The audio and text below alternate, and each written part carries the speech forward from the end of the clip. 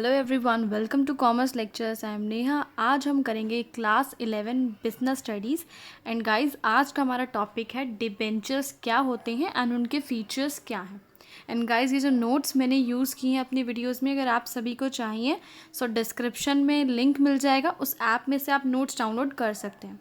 तो आते हैं हम डिबेंचर्स पर। होती क्या चीज़ है डिबेंचर्स, दिखते कैसी चीज़ है? ये एक टाइप का डॉक्यूमेंट होता है, बट एक्चुअली में होता क्या है, बस एक पेपर्स होते हैं। ठीक है, ये पेपर्स होते हैं, इन्हें कंपनी इशू करती है। कब इशू करती है? जब कंपनी को भाई पैसे की ज़रूरत पड़ती है। तो जैसे शेयर्स इशू किए जाते हैं, ऐसे ही अपने डिबेंचर्स इशू होते हैं। ठीक है, और डिबेंचर क्या होता है? एक टाइप का डॉक्यूमेंट यानी पेपर्स होते हैं। और ये पेपर में क्या लिखा होता है कि भाई कंपनी ने क्या किया है, बोरो यानी उधार लिया है कुछ पैसा, जो कि वो प्रॉमिस करती है कि हाँ भाई मैं फ्यूचर में लौटा दूंगी। सो डिबेंचर क्या है? एक सिर्फ डॉक्यूमेंट है, एक प्रूफ है जिसमें लिखा होता है कि ये पर्टिकुलर इंसानों से मैंने कुछ पैसे उधार लिए हैं जो फ्यूचर में मैं उन्हें वापस कर दूंगी।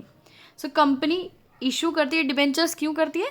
For raising long term finance, यानी अगर उसे लंबे समय के लिए 15 साल के लिए 20 साल के लिए पैसा चाहिए होगा तो वो डिबेंचर्स इशू कर देगी।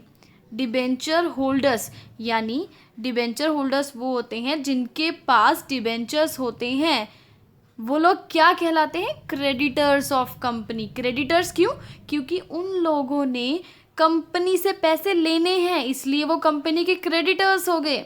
और जो डिबेंचर्स होल्डर होते हैं उनको फिक्स्ड अमाउंट ऑफ इंटरेस्ट मिलता है, यानी चाहे घाटा हो चाहे फ़ायदा हो, कंपनी को कुछ भी हो, फिक्स्ड अमाउंट ऑफ इंटरेस्ट देना ही पड़ेगा। आगे आते हैं अपने फीचर्स ऑफ डिबेंचर्स पर। सो फीचर्स में हमारे पास सबसे पहला पॉइंट क्या है?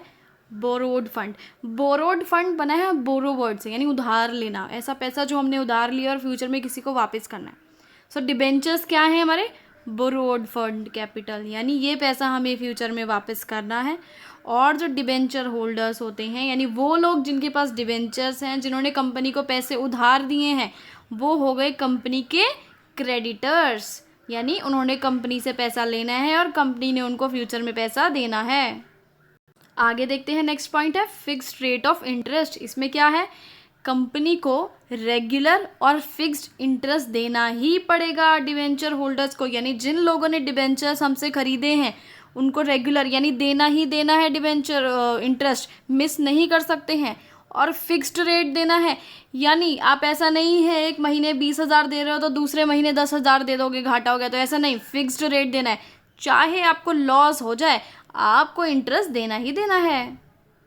नेक्स्ट पॉइंट है आपका सिक्योरिटी। इसका क्या मतलब है? जब डिबेंचर्स इशू होते हैं, they create charge of assets of company, यानी क्या होता है जब भी आप डिबेंचर्स इशू करते हैं तो उसके अगेंस्ट आपको कुछ सिक्योरिटी यानी फिक्स्ड एसेट्स रखने पड़ते हैं। जैसे कि एग्जांपल देती हूँ, मैं बैंक गई, मैंने लोन मांगा बैंक वालों से, तो मुझे बोलेंगे कुछ गिरवी रखो, चाहे प्रॉपर्टी के पेपर रखो, चाहे सोना चांदी रखो, कुछ गिरवी रखो, तब आपको लोन मिलेगा। ऐसे ही कंपनी को फिक्स्ड एसेट्स गिरवी रखने पड़ते हैं, तब जाके डिबेंचर्स इशू होते हैं, तब जाके उनको कंपनी वालों को पैसा मिलता है। नेक्स्ट आपका है रिडीमेबल। इसका क्या मतलब है? डिबेंचर्स रिडीम हो जाते हैं, यानी पेड बैक, वापस करने पड़ते हैं on expiry of fix period of time. जैसे कि आपने 15 साल के लिए डिबेंचर्स इशू कर दिए, तो ठीक 15 साल बाद आपको जितने भी पैसे आपने लोगों से उधार उठाए थे उनको पेड बैक यानी वापस करने ही पड़ेंगे। नेक्स्ट आपका है नो वोटिंग राइट्स। इसका क्या मतलब है? डिबेंचर होल्डर्स को कोई भी वोटिंग राइट नहीं मिलता है, वोट देने का अधिकार नहीं मिलता है, ना ही वो मैनेजमेंट में पार्टिसिपेट कर सकते हैं और कुछ बोल सकते हैं। नेक्स्ट और लास्ट है आपका अपॉइंटमेंट ऑफ ट्रस्टी। इसका क्या मतलब है? जब भी बहुत लार्ज नंबर ऑफ डिबेंचर्स बिकते हैं, यानी बहुत ज़्यादा क्वांटिटी में डिबेंचर्स इशू किए जाते हैं, तो क्या होता है? एक ट्रस्टी रख दिया जाता है। वो ट्रस्टी कोई भी हो सकता है, कोई बैंक हो सकता है, कोई फाइनेंशियल इंस्टीट्यूशन हो सकता है।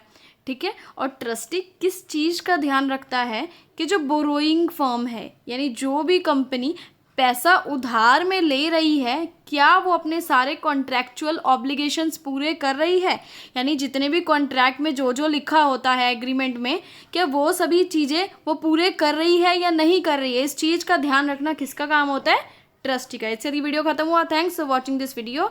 Please like share and subscribe.